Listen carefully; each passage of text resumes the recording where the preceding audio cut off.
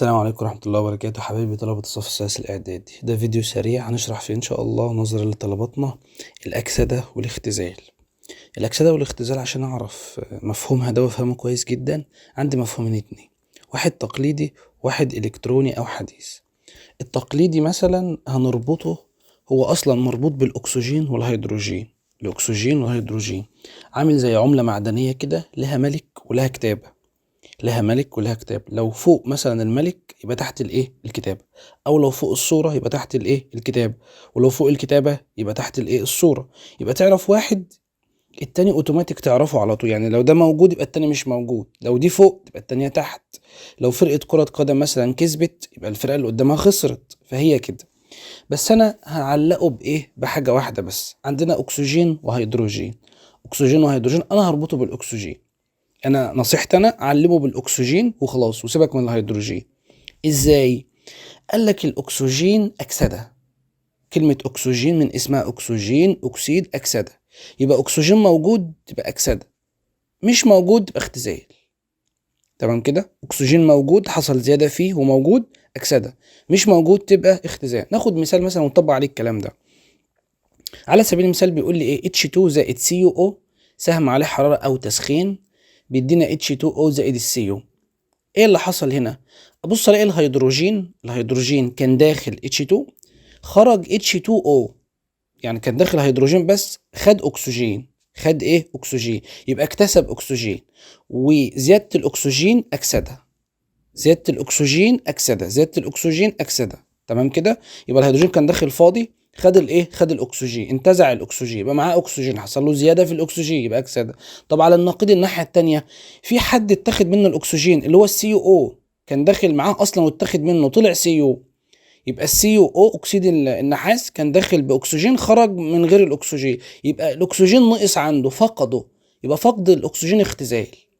يبقى انا ربطتها بالاكسجين بس اهو، دورت على الاكسجين وشفت ايه اللي حصل له. حصل له زياده في مركب يبقى ده اكسده، حصل له نقص يبقى ده اختزال. يبقى الاكسجين زاد اكسده، نقص يبقى اختزال. تمام كده؟ تمام. دي العمليه نفسها، عمليه اكسده حصلت وعمليه اختزال حصل. عمليه الزياده في الاكسجين ده عمليه اكسده، والنقص في الاكسجين ده عمليه ايه؟ عمليه اختزال. تمام قوي كده. طيب نيجي نشوف بقى العامل اللي بيحصل له الكلام ده. يبقى عمليه الاكسده بتحصل لعامل مختزل عكسها اهو، وعمليه الاختزال تحصل لعامل مؤكسد. العامل عكس العامل والعامل عكس العامل. طيب يبقى نكمل بقى. يبقى الاتش 2 حصل له زياده في الاكسجين فخد الاكسجين، يبقى زياده يبقى اكسده، وهو عامل ايه؟ عامل مختزل. طب والسي او اتاخد منه اصبح سي او، اتاخد منه الاكسجين اصبح سي او، فقد الاكسجين يبقى ده اختزال ويحصل لعامل مؤكسد، يبقى السي او عامل مؤكسد. تمام كده؟ تمام، مفيش مشكله. نشوف مثال تاني. عندك 2CuO زائد السي بيدينا 2Cu زائد الايه؟ CO2. تمام. ايه اللي حصل للسي يو او؟ كان معاه اكسجين، لما دخل في التفاعل طلع سي يو، يبقى ايه اللي حصل له؟ فقد الاكسجين. احنا عارفين فقد الاكسجين اختزال. طب والسي حصل لها ايه وهي داخله الكربون؟ بقت سي او 2، خدت اكسجين، يبقى اكتساب الاكسجين اكسده. حصل له زياده في الاكسجين يبقى الكربون حصل له زياده في الاكسجين يبقى اكسده، وهو عامل مختزل. والسي يو او اللي هو اكسيد النحاس حصل له فقد في الاكسجين اصبح سي يو، اتاخد منه تبقى عمليه اختزال وهو عامل مؤكسد. وعامل ايه؟ مؤكسد. يا رب تكون وضحت كده بالنسبه للمفهوم التقليدي. اخش على المفهوم اللي هو المفهوم الحديث. المفهوم الحديث بقى ده مرتبط بفقد واكتساب الالكترونات، او المفهوم الالكتروني مرتبط بفقد ايه؟ واكتساب الالكترونات. فعندنا مثال مثلا، هنقول معادله 2Na زائد Cl2 بيدينا 2NaCl. ده صوديوم دخل مع كلور يديني ايه؟ يديني ملح الطعام، كلوريد الصوديوم. حلو. الصوديوم فلز، ايه اللي جراله؟ دخل فقد الكترون وتحول لايون موجب، وبالتالي هنا نربط الفقد بالاكسده. في دماغك كده، فقد الالكترونات اكسده، الفقد اكسده، الفقد اكسده. على النقيض الناحيه الثانيه يبقى الاكتساب اختزال. الاكتساب اختزال. يبقى القاعده العامه فقد اكسده، اكتساب اختزال. يبقى الصوديوم كان داخل ان ايه؟ ذره متعادله، فقد الالكترون وتحول لايون موجب، يبقى كده فقد، والفقد اكسده، ويبقى هو عامل مختزل.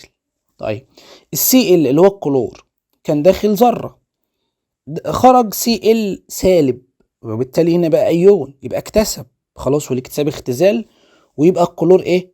عامل مؤكسد، العامل عكس العمليه. تمام. ناخد مثال تاني ان شاء الله. ممكن تحصل بقى عمليه الايه الاكسده او الاختزال منفصله. ممكن تحصل عمليه الاكسده والاختزال منفصل. يعني هنا خدناهم، واحد حصل له اكسده والتاني حصل له اختزال، كانوا متلازمتين كده. ممكن تحصل منفصله، ناخد فرع واحد كده ندرسه، ايه اللي حصل لك انت لوحدك على جنب كده، والتاني ايه اللي حصل له على جنب. فنقول مثال مثلا ام جي، ذره المغنيسيوم داخله التفاعل طلعت لي ام جي موجب 2 زائد 2 الكترون. ايه اللي حصل هنا؟ كانت داخله ذره متعادله طلعت ايون موجب 2 بعد ما فقدت 2 الكترون طلعوا جنبها هم. يبقى هنا حصل ايه للمغنيسيوم؟ حصل فقد، ولما فقد قلنا يبقى ده اكسده، ويبقى المغنيسيوم عامل مختزل. ناخد مثال تاني. الاف اي موجب 2 دخلت التفاعل طلعت اف اي موجب 3 زائد الكترون. ايه اللي حصل هنا؟ كان معايا ايون حديد موجب 2 اللي هو الحديدوس، يعني هو اصلا جاي لي فاقد 2 لوحده كده، ماليش دعوه باللي حصل له قبل كده، انا ليا دعوه باللي بيحصل لحظتها او ساعتها. هو دلوقتي جاي لي موجب 2 يعني فاقد 2، دخل التفاعل طلع اف اي موجب 3 يعني فقد 3 يعني فقد واحد زياده. يبقى هو كان فاقد 2 وجالي هنا فقد، مش مشكله، المهم ان هو هنا ايه فقد. تمام. فقد الكترون، يبقى الفقد اكسده. تمام. وهو عامل مختزل. ناخد مثال اخير. بيقول لي الكلور سي ال زائد الكترون، ذره كلور متعادله، هنقول لها خدي الكترون، تطلع لي من التفاعل سي ال سالب 1 ايون الكلور السالب. يبقى هي كده اكتسبت، ذره الكلور اكتسبت، والاكتساب اختزال. دي عمليه ايه؟ عمليه اختزال. ويبقى الكلور عامل مؤكسد. يا رب تكون كانت واضحه وقدرت افسرها لكم، ويا رب كده ايه الامور تبقى ماشيه تمام. ولو في حد محتاج اي حاجه تكتبها لي تحت في الكومنتات، واشوفك على خير ان شاء الله، والسلام عليكم ورحمه الله وبركاته.